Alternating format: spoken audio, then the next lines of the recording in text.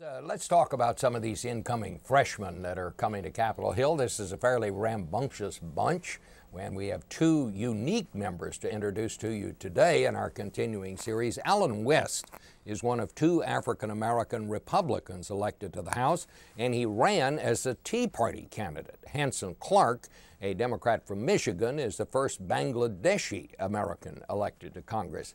So take a look at these interviews by Wyatt and Jill Jackson, who talked to both of them. Look at the unemployment situation, foreclosure situation, legal immigration, this health care, and our national security. We've got some big issues to work on here in Washington, D.C., and the American people are not patient. What about, I mean, you've already made some headlines talking about joining the Congressional Black Caucus. I don't think that should be a headline. I think that I am black, I'm a member of Congress, and so that's where I should be. So I don't understand why everyone gets so, excited and tickle pink about what I think are just, standard things should be happening. You've run, and many in your class have run wanting to come and shake up Washington. How do you do that? First thing. I think one of the most important things is you stand on principle, and that's the Constitution. And I think that we have to realize that Washington, D.C. is not the center of the universe of the United States of America. Two things about being a republic. It's about the rule of law, and it's about the respect of the individual and their rights and freedoms. So we have got to transfer what is the perceived power in Washington, D.C. back to the American people.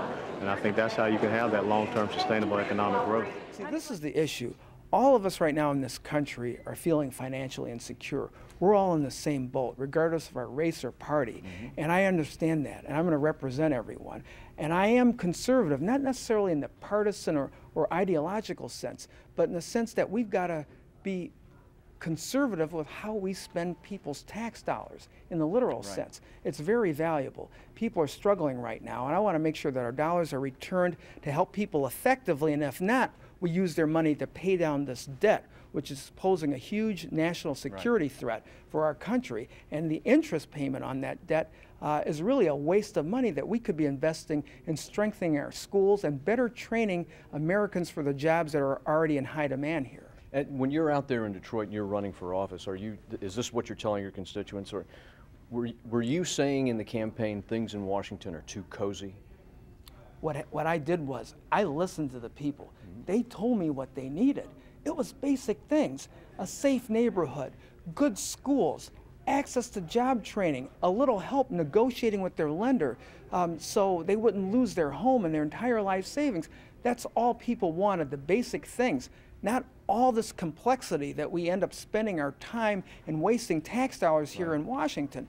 So if you listen to the people that hire you and work for them, you're going to be effective. We're going to have a good government. We're going to have an effective government working for people, but that's not usually the agenda that occupies the Washington establishment here. They're more interested in taking care of themselves, not the average taxpayer. The Washington establishment? Yes, exactly. And you're going to fight that? Well, I'm going to enroll the other new members on working directly for the taxpayer.